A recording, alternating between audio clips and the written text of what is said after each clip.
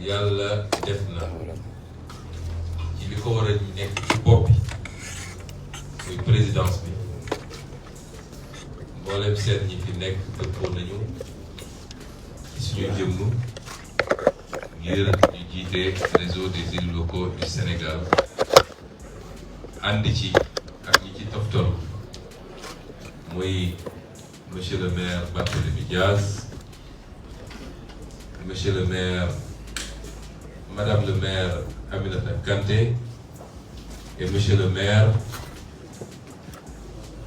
le président du conseil départemental Babacar Diop Guèye du moins. waaye defe naa président Déthié Fall jàngal na leen li ci des ci bureau bi yëpp jarul ma leen ma ciy dellu. muy ay maire ak ay président de conseil départementaux yoo xam ne xam nañu seen xarañ xam nañu seen farlu xam nañu seen pas-pas ci li ñuy liggéey ba tax ñu am yaqin ni liñ ñu dénk bu soobee yàlla dinañ ko doxal ni mu war a doxee. tey nag bésu lancement bi dong la dañoo dox lu yàgg président Déthié Fall fàttali na ko balaa ñuy yegsi ci bés bii ndax lu ñu annoncé woon mois d'avril ba tey ñu nekk mois d'octobre xam ngeen ni liggéey nañ ci. bés bi du woon bés bu yomb loolu nag li muy wane mooy dafa mel ni réel nag am na ñu ma xaw a yëngal te dara xewagul ndax yéen ñëpp xam ngeen ni bërëb bi ñu waroon defee réunion bii muy Fun City démb la ñu toog ba presque guddi ñu woote ne mënatuñ ñoo jox bërëb bi te joxuñu ñu benn explication waaye nag ci réew la ñu dëkk am na loo xam ne am na lu muy tëre rek dinañ xam ne ci gannaaw ba ci yeneen ak yeneen yoo xam ne feeñ na ci bés bi waaye jarutoo wax li mu wane rek mooy dafa mel ni réel am na ñu mu yëngal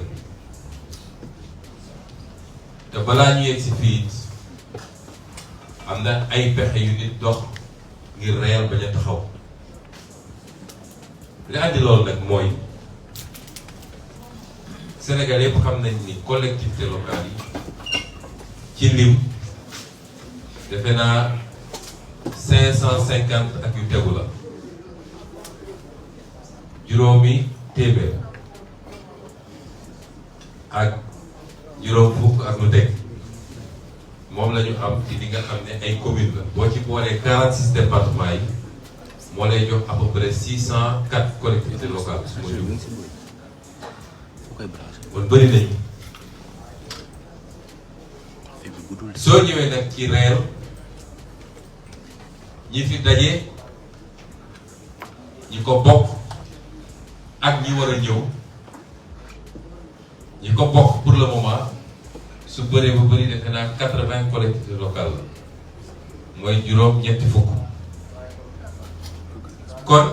boo sukkandikoo si loolu rek bu doon nga ne reer bi daal amul solo waaye nag tubaab day wax qualité wax quantité mooy ngooñ day am dinañ ci suuf mu tudd gerte gi loolu yëpp day am dañoo bokk meññ yàlla dafa def bi ñu génnee ci élection locale dafa am lu ñu ñaanoon Sénégal yi moo ñu wóoluñu te dénkuñu lenn ci collectivités locales yi suñu mënul jox lépp ndax démocratie moom ànd la jël lépp Sénégal yi bëri dégluñu rawatina nag ci dëkku taax yu mag yi daal ñuy wóolu dénkuñu dëkk yooyu te ñëpp xam nañ ne nag ci wàllu collectivité locale boo téye dëkk yu mag yi daanaka ci lim de bëriwul waaye boo ko jëlee ci qualité dafa mel ni 80% yaa ko yor Sénégalais yi defal ñu loolu wóoluñu may ñu ba jox ñu lu mel ni Ndakaaru lu mel ni Guédiawaye lu mel ni commune yu bëri ci département Pikine lu mel ni Rufisque lu mel ni Thiès lu mel ni Ziguinchor ak yeneen ak yeneen yu ni mel waaye yemuñu ci loolu ndax Mbàkke sax ñun lañ ko joxoon pour li amuloon ñoo ko gañe waaye yemuñu ci loolu yeneen communes yi nga xam ne noonu la ñu amee solo ñu leen woowee commune rurale ñu dagg ci lu bëri dénkuñu moo tax ñu jàpp ni fi mu toll nii boo koy jël rek ci qualité li ëpp qualité ci collectivités locales yi mi ngi fii ci association bu bees bi ñu sumb tuddee ko réel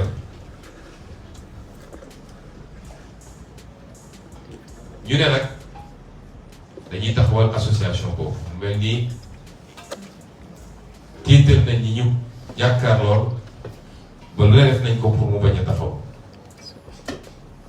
lan moo tax ñu fas yéene ko taxawal du mbirum parparloo wala mbirum politique defuñu ko parce que dañoo bëgg a démarqué wu simplement ñun ku ñu xam-xam ni caaxaan dugaluñu ci politique réew mi rek moo ñu ñor kilifa yi fi toog yépp Sénégalais yi xam nañ ni réew mi rek moo leen ñor te li ñuy daj ci réew mi mënoon nañ tànn lu gën a yomb lool tey ñu ngi yor seeni millions wala seeni milliards toog jàpp seen ñàmp kon ñun ñooñu mel noonu bu ñu dajee di def bëgg parparloo ak bëgg péete taxaw leen a def moo tax réseau bi dañu ne réseau des élus locaux du Sénégal la kuy élu local rek am nga fi sa place te jëluñu ko kenn boo dee maire Benno Bokk Yaakaar wala maire boo xam ne Benno Bokk Yaakaar moo la defoon ci liste wala maire boo xam ne beneen liste ci liste parallèle yi fi amoon wala beneen liste ci liste opposition yi fi newoon bu dee gis nga sa bopp ci li ñu war a def boo dee toog ci buntu bi ñu ubbil la kon par loolu taxu ñoo jóg bëgg féete taxu ñoo jóg lan moo tax ñu taxawal ko mooy ñun dañoo ñëw ci politique ak ay xalaatin ak ay gisin ak ay jëfin yoo xam ne la ñu wax sénégalais mooy lu wóote la ak la ñu gisoon dañuy gis ñu koy def ci jamono ji lu waroo la ak lu soreyantoo ak loolu la dañoo ñëw andi ci politique ne politique dafa war a doon jaamu yàlla sonn ngir sa askan waaye politique warul doon loo xam da nga koy def pour loo mën a yóotu rek dugal sa poos ñu ne nag ci bépp xeetu position boo xam ne da ngaa war a jëriñ idée yooyu nga xam ne xalaat yooyu nga xam ne moom la ñu ñëwee ak politique foofu lañ ko bëgg a defee moo tax suñu maire yii bokk na ci li ñeen jëkk a diggal bu leen kenn dégg ci coowal suuf suñuy xëccoo di ko dagg di ko jaay ci lu dul dëgg bu leen kenn dégg ci coowal scandale financier ak xaalis bu waroon dem ci réew ci askan wi ñu naan dugal ngeen ko seen poos yéen a war a jaamu askan wi waaye askan warul leen jaamu yéen na ngeen fexe ba kóolute gi askan gi am ci ñun ñu delloo leen ko ba ñu ne ah ñun de ñii suñu waatee lañ leen yokk lañ leen dolli parce que li ñu def kawe na suñu jot te jàpp naa ni kenn ku nekk ci suñu maire yi li muy liggéey ci maireem Sénégal yëpp teg na ko ci bët xalaat yooyu nag ñu andi dañoo jàpp ni méngoowuloo nag ñu dem dugg ci ay kuréel yoo xam ne neneen lay doxee lu bokkul ak loolu te buñ ci duggee it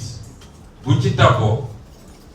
nañ ko bëggee ñun ci ak doxal xalaat yooyu duñ ko mën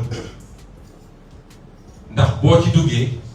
fañ lay féetale ak fañ lay teg du la permettre yow nga mën a liggéey wala nga mën a expérimenter sa idée loolu moo tax ñu ne kon dañu samp kuréel boo xam ne dinañu mën a permettre ñu am suñu propre ADN ci ni ñu bëgg a doxalee mbir ñu mën a doxal suñu gis-gis ak niñ ko bëggee te du am gàllankoor loolu mooy justification wu association bi ñu taxawal waaye du loo xam ne moo tax ma ne du association Yewwi Askan Wi de fii ci biir salle bi ab maire bi fi boo xam ne liste bi mu ne woon ba ñu fal ko maire bu liste Yewwi Askan Wi waaye beneen liste te bëri na maire yoo xam ne nekkuñu woon ci liste Yewwi Askan Wi waaye contacté nañu ne ñu dañoo bëgg a ñëw bokk ci kuréel gi ñu taxawal te bu soobee yàlla nag nii ñu ko waxee noonu lañ koy doxale ndax nag li ñu bëgg askan wi xam mooy collectivité locale mairie conseil départemental dafa am solo ci réew waaye Sénégal yi dañoo dem ba xeeb mairie ñëpp soofantal nañu mairie li ko andi mooy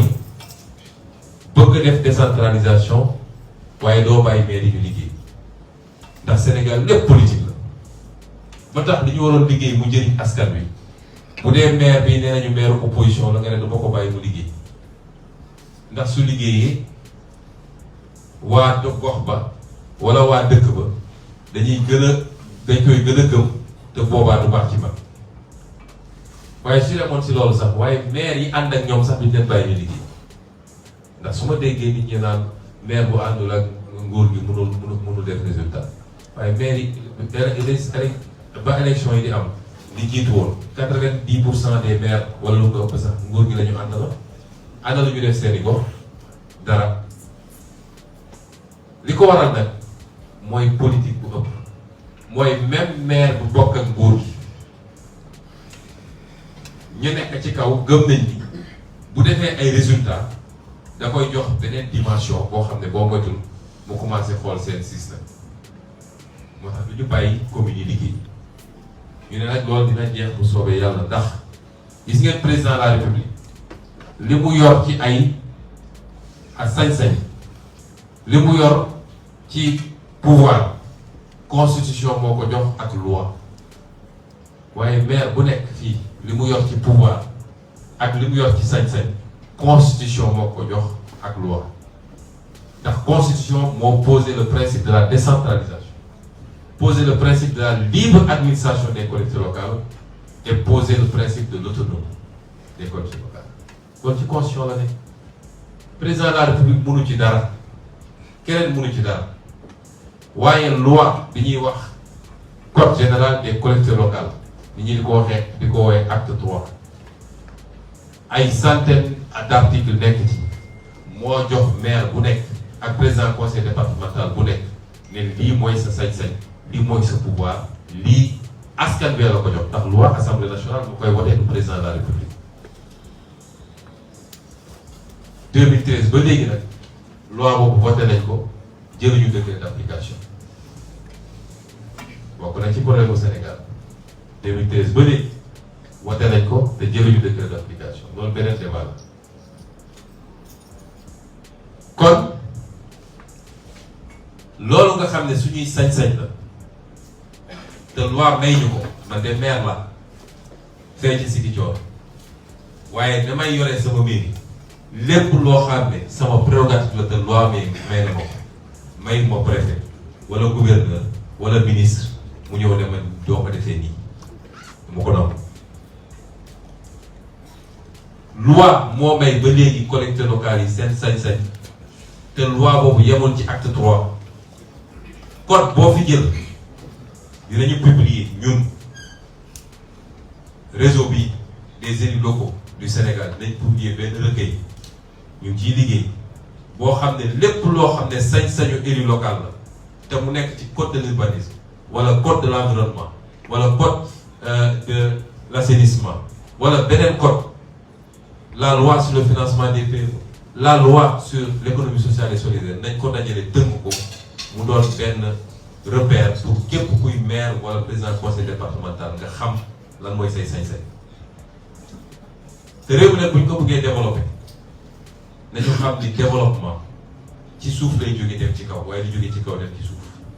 nit munoo toog Ndakaaru taal sa climatiseur ne man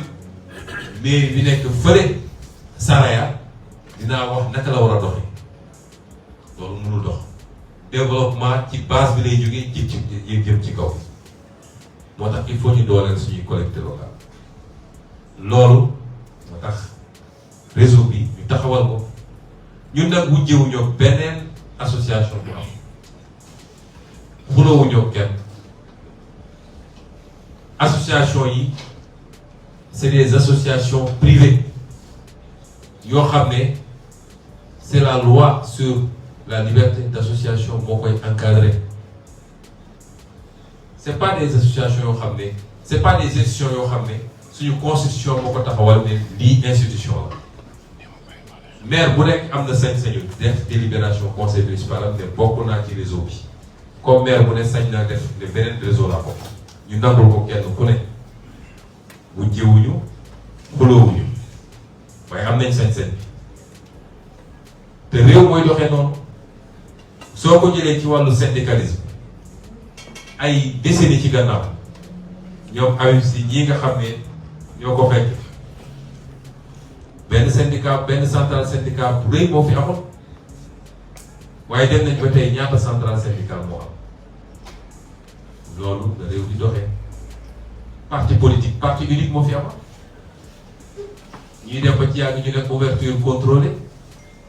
def ko 4 courants. tey il y a plus de 300 partis politiques au Sénégal ASC yi sax noonu lay doxee loolu nag démocratie moo koy laaj yenn saa yi ñu war koo nangul kenn ku nekk te bañ koo def problème parce que problème amu ci. ñëw ñu it ngir jàmmarloo ak état central état su ñuy wax état dama bëgg ñëpp xam ni état bi ngi commencé ci collectivité locale yi. dañu nekk collectivité décentralisée ak collectivité centrale. état mooy collectivité centrale les mairies et les conseils départementaux ñooy état décentralisé. moo tax soo jëlee collectivité locale bi ñetti fonction lay jouer ñaareel bi ci boo koy lim ñaareel bi mooy fonction de représentation de l'état. kon ñun ci état ñun ñooy état ci la ñu bokk. waaye su ma nee ñëwuñu pour jàmmaarloog état mooy état central bi dafa am dox suñu diggante te mooy la loi suñu toogee ba tey ñu nekk mois d'octobre nit ñëpp di jooy naan fonds de dotation fonds d'équipement li tax biir réew état central moomul fonds de dotation du loo xam ne président de la république moo koy may collectivité yi waaye loi la ñu jël mu ne collectivité locale yi. dañ leen war a te ci assemblée nationale lañ koy voté ci budget bi dañ leen war a jox fonds de dotation ak fonds d'équipement chaque année loolu président bu ko bañoon joxe sax da koy joxe mënu ci dara bu ko neexee nag ñu tardeel mu ne ministre des finances dëgg ko waaye su ko téyewoon ba 31 décembre tam dina ko joxe parce que droit la ci collectivité locale yi. kon li nga xam loi moo ko teg suñu diggante ak état. chartal ko loolu moom dinañ ko doxal ba mu mat sëkk te duñu nangu ku ñu ci jaay loolu ñëwuñu pour jàmmarloo ak état man maire la yoon dafa ne maire day liggéey ak état bi am ay des services déconcentrés yu nekk sama biir commune léeg-léeg may liggéey ak ñoom léeg-léeg man maa leen di jox sax local bi ñu nekk état def fa un préfet boo xam ne moom mooy le représentant de l'État su ma defee sama délibération conseil municipal ba pare dama ko koy yónnee su may def conseil municipal day ñëw toog buy def ay activité daf may woo wala mu bind ma wala loolu mooy liggéey bi mais loolu liggéey dans le cadre de la République la ndax léeg-léeg gars yi dañuy jaawale bi Barthélémy Dias ne je suis prêt à travailler avec l'État ñu ne Barthélémy ne day rejoindre Macky déedéet Barthélémy mooy maire de la ville de Dakar day liggéey ak l'État te l'État day liggéey moom ndax ñun suñuy commune am na loo xam ne état bi bu ko bëggoon ñëw def foofu faw mu laaj ko ci li nga xam ne sama compétence bu ñu nee maa yor école élémentaire état su bëggoon ñëw def dara ci école élémentaire bi faw mu laaj ma ba pare kon dañuy liggéey te loi moo tëral naka la ñu war a liggéey fii rek ñu ngi respecté loolu ñun ñëwuñu fii pour jàmmarloo ak état waaye bu ñu buggee nag imposer loo xam ne du yoon dinañu bañ ba tëdd ci suuf te loolu la ñu xam duñu tooñ waaye duñu nangu kuñu tooñ kon association bi gannaaw bi ñu ci jiitalee ñuy gërëm mboolem seen maire yi fi nekk waaye di gërëm conférence des leaders parce que nag dañu ne feccum xale bu neexee dafa fekk yaa jaa nekk ci gannaaw di jàpp ci mbagg yi xeebuñu maire yi xeebuñu président conseil départemental yi waaye dafa am ay leaders yoo xam ne depuis des mois et des mois ñoo toog waxtaan dëppoo ci xalaat ba taxawal coalition jóge foofu ngemb ay nit yemuñu foofu dem fekki leen ànd ak ñoom jàppale leen munoon nañ ne bi ñu gañee la ñu pare ñoom ñu ne déedéet parce que maire bu fi nekk rek ni mu amee responsabilité ci mairie noonu la ñu amee responsabilité ñu parce que la preuve bu dara amee li ñu njëkk a bind su dara amoon tey yëmbal ñu ne le maire de Yëmbal dañ naan le maire Yewwi de Yëmbal pour rattacher ko rek à Yewwi ak pour essayer d'atteindre la coalition moo tax ñu ne même niveau de responsabilité la ñu am moo tax leader yooyu mosuñoo raxas seen loxo ci mbir mi di ci nekk di xalaat di nas suñu paree gaaral les élus muy ñii nga xam ne ñooy les maires et les présidents de conseil départementaux muy ñeneen nga xam ne ñoo nekk assemblée nationale di les députés te noonu lañ koy continuer doxalee bu soobee yàlla te loolu mooy responsabilité nit doo jur sànni soo dee leader bokk ci conférence des leaders ngeen di coalition bu ngeen waxee ak Sénégalais yi ba ñu fal seeni ndaw yooyu da ngay ànd ak ñoom jàppale leen ci liggéey ba yàlla may leen liñ ci bëgg ak li population yi bëgg moo tax ci fan yi di ñëw dinañu gën a jëmmal association bi dinañu déposer statut ak règlement intérieur du ministère de l'intérieur bu ñu defee enquête yi ba pare ba jot suñu récépissé laaw ñu war a def suñu diggante ak état nañ ko def mooy association bi fi nekkoon moom donc lépp loo xam ne loi wax na ni association bu dajale ay élus locaux war na koo am parce que association loi bi musul wax pour benn association dafa ne association des élus locaux lépp loo xam ne su dee subvention la wala duñ koy boole ci ay liggéey lépp loo xam ne association boobu am na ko te loi jox ko lu ñuy réclamer la ñu jox ñu ko la nga xam ne nag ay affaire politique la suñu yoon new ci ñaareel bi mooy dinañu jëmmal association bi ci àdduna yëpp nag te jàpp nañ ni lu yomb lay doon ndax ni association bi dajale moo tax jëm yi mu dajale ak collectivités locales yi mu dajale gis ngeen ni démb rek barki démb rek suñu frère Barthélémy Dias jox nañ ko cër bu rëy fi mu demoon fële ci Corée ba nga xam ne fonds mondial pour le financement des collectivités locales des collectivités territoriales xam ne xaalis bu dul jeex la ñu jagleel ko rek ñu ñuy jàppale collectivités locales yi moom lañ fa nommé vice-président te li ko andi mooy collectivité bi mu représenté bi mu jëmbal te collectivité boobu tey nekk fii ci biir réel te moom muy vice-président réel ñu toftal ko ci man mii kon lépp luy association internationale buy dajale les élus locaux dinañ ko bind affilié ci liggéey ak ñoom njëriñ di ca nekk ñu mun koo ñotti andi fii ci biir réew mi mu di njëriñ collectivités locales yi su ma collectivité locale nag ci lu mel noonu defuñu ci xàjj ak seen parce que ñun liñ doon xeex ba tey duñu ñëw di ko def li ma bëgg a foofu mooy su dee dafa am fonds mondial bu ne tant de milliards dafa war a ñëw Sénégal pour financer les collectivités locales la fay ñëw seetuñu si lan mooy collectivité locale boo xam ne waa pouvoir ñoo ko jiite wala waa opposition képp koo xam ne éligible nga lañ ci war a jot nañ ko jot kon loolu mooy solo bés bi bésu tey ñuy dellu sant yàlla di gërëm ñëpp di jox sénégalais yi rendez-vous ci prochain jour yi parce que lu ñuy def lu ñu dugg rek dañ ciy def fulla bu mat sëkk ba nit ñi am ci lu kawe seen jox may daanee nag mooy di lancer un appel d'abord suñuy élus locaux yi fi nekk tey lii de ñoo ko bokk du man maa koy defar ñun ñëpp ay ànd defar ku nekk ci bureau ku nekkul ci bureau ay affaire bureau formalité la parce que fu ñetti nit ànd rek faw ñu jiital keneen ki ñu ne ko ay porte-parole ka ca des topp ci waaye tekkiwul ni ku ñu jiital da ngay xëy lu la neex nga def fu la neex nga engagé mbooloo déedéet nit da ngay gore tekkiwul nit ñi ñu jiital ñoo gën ñi bokkul ci bureau bi sori na loolu trop moo tax kenn du ne bokkuma ci bureau bi rek du ma ci dugal sama déedéet kenn ku ne saa suñ la soxlee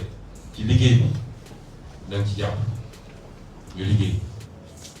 waaye di lancer un appel aussi à tous les maires et les présidents de conseil départemental ñu mun a intéressé ñëpp nag ñoo ngi leen di lancer un appel de leen association bi ubbeeku la te li ko tax a jóg mooy jëmmal collectivité locale ba ñu jox cër collectivité locale au Sénégal ba citoyen bu nekk mun a am fierté ci mairie parce que la ñuy gis feneen ak feneen la ñuy gis ci mairie soo voyagé tey soo demee Maroc ba gis waxuma la France waxuma la États-Unis ay mairie New York ak yooyu sax waxuñu ko ndax mairie yooyu ñoo ëpp doole état Sénégal ci budget waaye Maroc yi rek wala Tunisie boo fa demee ba gis cër bi ñu jox mairie nga ñëw Sénégal te lii ñuy wax ay fonds de dotation mu ngi 4 virgule xaw ma ñaata au Sénégal ba léegi mais mi ngi 12% fii ci Mali mu nga 20% ca Maroc yooyu tam ay combat yi ñuy porté la te comme yàlla may nañu tey ñu am taxawaay bu dëgër ci assemblée nationale moo tax lien boobu day am diggante nos élus locaux et nos élus à l'assemblée nationale nañ ci xalaat tëgg ay proposition de loi teg ko ci table assemblée nationale pour ñu gën a dooleel collectivités locales yi pour ñu mun a def liggéey bi nga xam ne askan wi mu ngi koy xaar ci ñoom lii mooy association bi tëjuwul ci kenn ak foo munti bokk ci couleur politique ñi ngi wax ni ku fëgg suñu bunt ñu ubbil la nga bokk ci association kon ñu ngi leen di gërëm di leen sant di jéggalu ci toogaay bu yàgg bi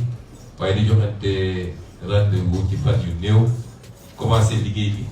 bureau bi moom bu yóbboo ngeen bañ a sori ndax gëm naa ni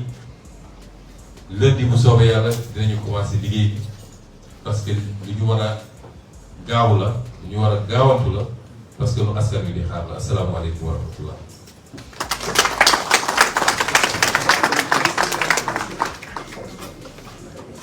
Donc devant le résumé en français, j'ai le défaut d'être très prolixe, ce que Déthié me reproche tout le temps, mais lui il est militaire, moi je suis civil. Et nous rendons grâce à Dieu de nous avoir permis d'être là aujourd'hui pour procéder à cet important acte qui est la mise en place, le lancement de notre réseau des élus locaux du Sénégal. Je voudrais, à l'entame de mon propos, féliciter une fois de plus la conférence des leaders qui en est le maître d'œuvre, le féliciter pour sa constance également, non seulement à mettre en place une coalition, à se battre pour faire réussir des investitures, battre campagne pour aider nos candidats, mais surtout continuer à accompagner nos heureux élus, aussi bien au niveau de l'Assemblée nationale que des collectivités locales. Dire également que ce réseau est important pour nous. Rappelez-vous que l'idée a été lancée au mois d'avril lors de notre atelier qui s'est tenu à la ville de Dakar. Nous avions pensé qu'il était important par rapport à notre spécificité, c'est-à-dire la base programmatique de notre coalition, qui est fondamentalement axée sur une nécessité de rompre avec aussi bien les pratiques que les projets qui sont en cours aujourd'hui au Sénégal, nous avions pensé qu'il était nécessaire de mettre en place un certain nombre de cadres. Lesquels cadres allaient nous permettre de regrouper les élus. D'abord, ceux qui ont été élus sur la base de nos propres listes, mais tout autre élu qui serait intéressé. Et pour en faire un laboratoire expérimental de nos idées. Et en matière de collectivité locale. Le constat est unanime. Beaucoup de Sénégalais se posent quelquefois la question de l'utilité même des collectivités locales. Et tous ceux qui sont élus maires l'éprouvent au bout de quelques mois seulement d'exercice. Nous avons pensé que c'est beaucoup plus un problème lié à la pratique, à la perception de ce que doit être le fonctionnement d'une collectivité locale, mais également à la nature des rapports que les collectivités locales entretiennent avec l'État central, qui les met dans une position de faiblesse, mais également dans une position de dépendance chronique. Nous considérons, nous, pour avoir beaucoup réfléchi sur la problématique des collectivités locales, et même écrit. Personnellement, j'ai publié un livre, on co-publié un livre avant les élections locales. Mais je veux dire que moi, je suis élu ici de la filière droit public, option collectivité locale, et mon mémoire s'intitulait l'exercice des compétences transférées au Sénégal. Et nous avons réfléchi sur ces problématiques depuis très très longtemps. Et nous avons considéré que c'était beaucoup plus lié à cet ensemble de problèmes que je viens d'évoquer. Mais qu'en réalité, les collectivités locales disposaient d'un certain nombre de leviers largement inexplorés pour faire beaucoup plus que ce qu'elles sont en train de faire. Indépendamment du fait que nous pouvons tous travailler à renforcer davantage sur le plan législatif ces collectivités locales. Et c'est pourquoi l'articulation entre notre groupe parlementaire, entre tous les députés de l'opposition et ce qu'on est en train de faire au niveau local, cette articulation-là va être permanente. S'il faut déposer des propositions de loi qui devraient nous permettre d'améliorer le système actuel, la législation actuelle en matière de collectivité locale, nous le ferons. Et nous sommes en train d'y travailler déjà. Mais je voudrais dire simplement que même dans le dispositif actuel, nous considérons qu'il y a énormément de prérogatives laissées aux collectivités locales que les collectivités locales n'exploitent pas suffisamment. Par frilosité, par méconnaissance ou par faiblesse en réalité. Et c'est cela le grand chantier que nous sommes fixés. Je disais tantôt que les attributions des collectivités locales ne sont pas seulement contenues dans l'acte 3 de la décentralisation. Encore que pour l'acte 3 de la décentralisation, ne serait-ce que pour l'aspect mobilisation des recettes. Pour ceux qui sont dans des pôles urbains surtout, parce que les collectivités locales, les communes rurales ont beaucoup moins d'assiettes. Mais ne serait-ce que sur l'aspect mobilisation des recettes, et je le dis tout le temps à tous mes camarades communes de maires de communes. Et je disais l'autre jour au maire de Ngor que je passerai faire une séance de travail parce que vous ne pouvez pas avoir les Almadies et ne pas faire 10 milliards de budget. C'est pas possible. Rien que sur le foncier bâti, le foncier non bâti, les ODP. Et c'est largement inexploré. Et c'est ces chantiers-là que nous devons maintenant prendre ensemble et démontrer qu'il est possible de faire beaucoup plus et beaucoup mieux. Et c'est cela qui nous a amené à la mise en place de cette association. On ne l'a pas fait par souci de démarcation ou par favoritisme politique. Absolument pas. Si nous étions convaincus que les chantiers que nous voulons mener, nous pouvons aisément le faire dans d'autres associations déjà en place, nous l'aurons fait. Mais cette association existe depuis, on nous dit, 1958. Beaucoup de maires, d'anciens, d'actuels maires, mais qui sont à leur deuxième, troisième mandat, sont ici dans la salle. nous aurions du mal à dire à quoi a pu servir réellement ont pu servir réellement ces associations. Et ces enjeux interpellent aujourd'hui tous les maires, quelle que soit leur coloration politique. Et c'est pourquoi nous avons pensé, puisque la Constitution nous permet, les lois nous permettent, une association de ce genre n'est pas une institution de la République. C'est une association privée qui regroupe seulement des acteurs qui remplissent un certain nombre de qualités. Et en l'occurrence, ici, il faut être maire ou président du conseil départemental. C'est l'une de nos spécificités aussi, parce que les autres associations, c'est soit une association de maire ou une association de président du conseil départemental. Nous, on a mis les deux en même temps. Cette association va poser les actes nécessaires à sa reconnaissance dès les prochains jours. Dépôt des textes au niveau du ministère de l'Intérieur, obtention du récépissé, signification au ministère des collectivités locales et à tous les autres, si c'est nécessaire. Mais cette association, toujours au niveau interne, exigera le même traitement et les mêmes avantages que toute autre association similaire. Je parle d'avantages découlant de la loi. Si la loi a dit que les associations de maires doivent recevoir des subventions, cette association, comme toute autre, recevra sa subvention pour lui permettre de fonctionner correctement au-delà des cotisations de ses membres. Cette association également veillera à être associée à la gestion des fonds de concours et des fonds de dotation et des fonds d'équipement. Parce que la loi associe l'association des maires dans la gestion de cet aspect-là. Et sur le plan international, cette association s'affiliera à toutes les instances internationales, que ce soit la CGLU, Association internationale des maires francophones, etc. Il y a énormément d'associations de ce genre qui peuvent beaucoup apporter également si nos dossiers sont bien présentés et bien défendus. L'honorable Aïda Mbodj ici présente sait de quoi je parle parce qu'elle a été membre des bureaux de ces associations-là. C'est une association qui aura pignon sur rue, puisque c'est une association qui est extrêmement représentative au Sénégal, en ce sens qu'elle regroupe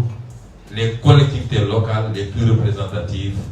aujourd'hui en termes de décentralisation au Sénégal. Et cette association également sera un creuset, un cadre d'échange entre ses membres sur des problématiques comme l'économie sociale et solidaire. C'est l'avenir des collectivités locales. L'économie sociale et solidaire. Le financement des PME et PMI. Ce n'est pas pour rien qu'un ministère entier a été érigé pour l'économie sociale et solidaire.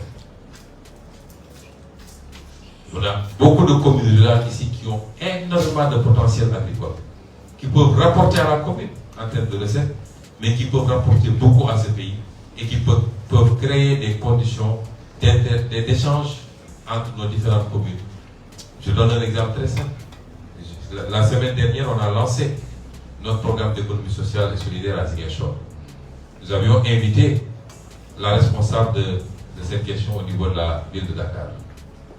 Elle est venue à Ziguinchor, elle a fait la présentation publique que vous avez tous suivie. Le lendemain, je lui ai donné une voiture et un chauffeur et j'ai dit qu'on l'amène visiter tout ce que les femmes transformatrices sont en train de faire en Casamance. Quand elle est revenue le soir, elle était tellement ébahie. Elle me dit, j'ai jamais vu ça. Mais il faut que nous puissions avoir un couloir avec Dakar pour que ces produits qui sont transformés ici puissent être écoulés ailleurs, à Dakar par exemple, dans les grandes surfaces, mais que la ville de Dakar même, et ça va créer des emplois, puisse recruter des gens et avec des points d'écoulement de ces produits. Tous les produits halieutiques, agricoles, forestiers, énormément de choses qui quelquefois pourrissent même là-bas. Voilà un certain nombre d'axes extrêmement importants sur lesquels nous allons travailler, d'autant que Dakar organise l'année prochaine, en 2023, en juin je crois, si je m'abuse, ou avril, en mai, le Forum mondial de l'économie sociale et solidaire. Je donne quelques aperçus seulement des chantiers qui nous attendent et de ce que nous pouvons faire ensemble. Et c'est pourquoi nous terminerons par lancer un appel, d'abord à tous les maires déjà membres, à se retrouver les manches. Moi, je ne crois qu'au développement endogène. Je ne crois pas à un développement qui tomberait du ciel. Autant je ne crois pas à un pays qui se fait développer par d'autres pays ou par des institutions internationales, autant je ne crois pas à l'échelle locale à un développement qui tomberait de l'État central. Ressourçons-nous les manches et mettons-nous au travail. Qu'on soit membre ou pas du bureau, ce n'est pas important. Je lancerai également un appel à tous les maires. Cette association, c'est le réseau des élus locaux du Sénégal, pas de Yewwi Askan Wi. Ici, dans cette salle, nous avons mon frère Ousmane Diallo, maire d'Oussouye, qui n'a pas été élu sur une liste de Yewwi Askan Wi et qui est là. Beaucoup d'autres maires, on en a au moins une dizaine, qui sont déjà inscrits et qui ont été élus sur d'autres listes. Tous ceux qui seront convaincus que cette association-là, pour propulser l'école locale vers une nouvelle dimension, quelle que soit votre coloration politique, vous êtes le bienvenu dans cette association. Et après, nous ne sommes pas rivales d'une autre association et nous ne sommes pas dans l'adversité avec l'État central. Nous sommes dans un pays libre où chacun est libre de mettre en place son association conformément à la loi. Si nous étions convaincus que les idées que nous portons pouvaient être totalement expérimentées et prises en charge par l'association qui est déjà là, nous y serions. Mais quand tout est politique dans ce pays, et quand, quelles que soient les idées et les qualités, vous ne pouvez rien faire dans une association, mieux vaut, dans le cadre de ce que la loi permet, mettre en place une autre association. Et c'est ça qui a prévalu à la mise en place du réel. Nous appelons donc tous les élus locaux, quel que soit leur bord politique, qui seraient intéressés par ce qu'on est en train de faire. Nous leur disons qu'ils seraient bien accueillis et que les portes leur seraient grandes ouvertes. Voilà ce que je voulais dire en guise de premier propos au nom du réel, et vous féliciter tous. Vous souhaitez bon retour chez vous et dire aux membres du bureau que le travail va démarrer dès lundi, Inch'Allah.